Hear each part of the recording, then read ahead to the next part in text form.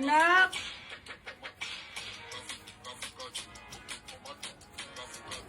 Ay, nakakapagod. Hala, ang fresh ko pa din, no? Okay, take 2 sa loob ng bahay.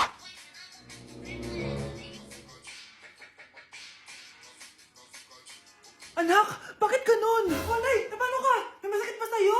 Tara, dali na kita sa ospital. Oo, kanina ka pa kasi nag-practice ng Brazilian na yan. Pero ba't ganun? Hindi nahuhulas yung makeup mo. Ay, kala ko naman kung ano. Pinapakaba mo talaga ako, Nay.